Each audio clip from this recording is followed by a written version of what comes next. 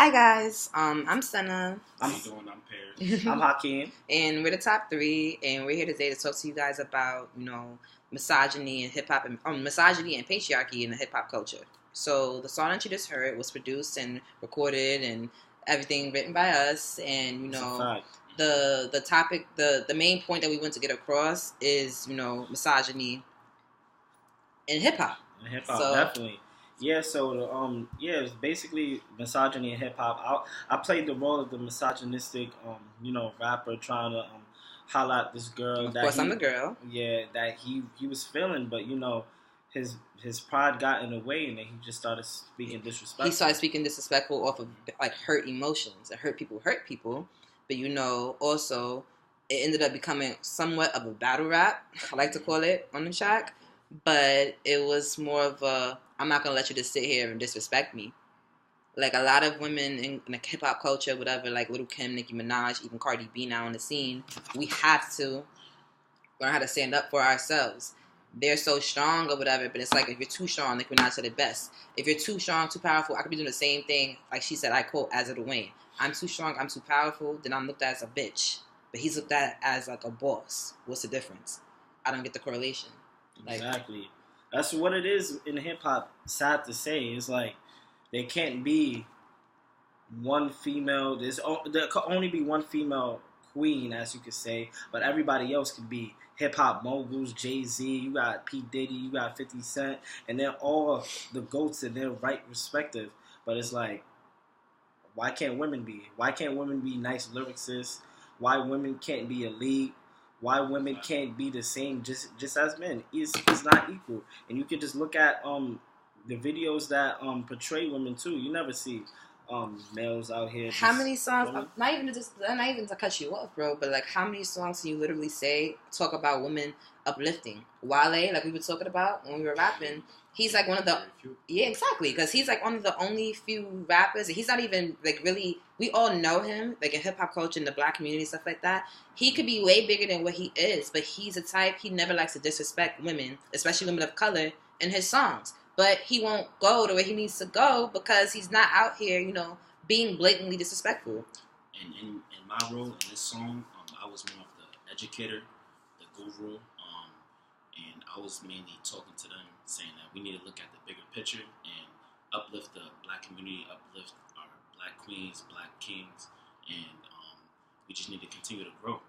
So basically, that was my role. Yeah, and and it was a good role. Your role is what needs to be portrayed, I think, for future generations to come, past generations. We need more leaders. We need more people to actually sit here and be like, you know what, it's not okay. Why do we have to keep disrespecting women, especially women of color?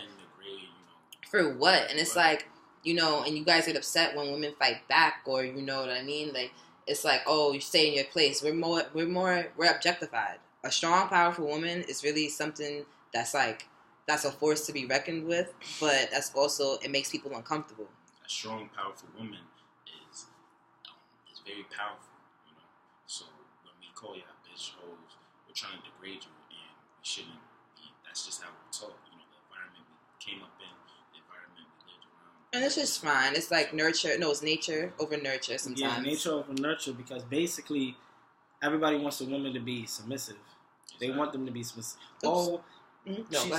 She's fighting back. Oh, I don't want her. You don't want an equal. You want somebody that you can actually control and manipulate. But it's like, at the end of the day, I feel like misogyny is so a part of our culture. It's engraved in us that we don't even see it. Like, for instance, our professor brought it up to us in class. Well, in our office hours, he was like, "Yo, why is it? Do you ever feel like, why is it that we can't?" We'll know, especially as women, we'll know a song is like the lyrics are degrading, and it's kind of like, but the beat is so catchy. It's like I can't stop it. Is that saying that we're slaves to a song? Right. At the end of the day, yeah, we're slaves to the song. Like, if you just like in class, we was listening to the Lil Wayne, the bitches love me. Like, he says a lot of crazy stuff on that song, and like, yeah, what did he said? He said, "Baby, just make me come and don't make no sound." Or like, you feel me? Like, come on. Even that. What about the song with R. Kelly and Biggie? I'm fucking you tonight. And Biggie says a verse. I got you pinned up with your fucking limbs up. Or because you liked how my rims was or because you liked how my Benz was rimmed up. Or YG, bitches ain't shit. Bitches ain't shit but hoes and tricks. And it's kind of like we bumped it and we listened or whatever, and it's just like it's a catchy beat. Wavy. Like you can't even lie. Like we grew up in hip hop culture, so you can't. We're not gonna say here like we gurus. Nah, it's not though. But you know what? We grew up in hip hop culture, but hip hop culture changed when the 90s hit. NWA, stuff like that. They really like West Coast rappers, East Coast rappers. They really the gangster rap era, but they was talking. But in the interviews that I watched with Snoop Dogg and Eazy-E and all of them, they were like, "Yo, we were rapping about what we were living, being disrespectful. It's like literally what we were living. So why is it that I had to lie?" And now, and exactly, but it was a different time, and that's why like this isn't this like come up out of nowhere. People have been talking about this. Women have been protesting this since the 90s. Mm-hmm. Like we're tired of me calling your bitch. I'm not your bitch. I'm not your female. A female's an that's something that's like anything could be a female, an inanimate object, a dog, cat. Like it doesn't matter. I'm a woman. And our professor, pointed out to me, try not to use female. I learned to use just woman. Lady or girl. I'm a okay. Yeah, so all right. So this quote by Gwendolyn P. Doe, which the book is called "Check It While I Wreck It," has a couple of quotes that and like one of them, like I'm not to cut you off again, but one of them, but one of them was called a Block quote, which was although Dyson's views. No, although Dyson's view that rappers are speaking for the people may sound a bit naive to some, he no doubt arrives at this stance by taking into consideration the numerous rappers who have gone on record in interviews as saying that they are the voice of their respective hoods, right? But whether they actually perform this task or not can be disputed. The same argument can be made in relation to the Black Panther Party and the impact it had on the Black community. And I respect that quote from her because is basically saying what we've been trying to articulate to everyone else, which is, hey, I'm gonna say all this stuff right now because I'm gonna get props and credit back in the hood, and I can say all this stuff, and that's just it. It's gonna make me money. People gonna dance to it anyway. Like Nelly. What song was that he made back in the day that people still Murphy Lee? Okay, but regardless of what. We'll leave the link at the bottom at the end of this podcast. You guys to go check it out. But he literally said in the interview, like, y'all don't like how I'm being disrespectful, but y'all still gonna bump myself in the club. Like, it feels to me that not only Black people, but people in general become slaves to songs. Like, we'll know that it's being very blatantly disrespectful, but we'll still bump it just because it sounds nice.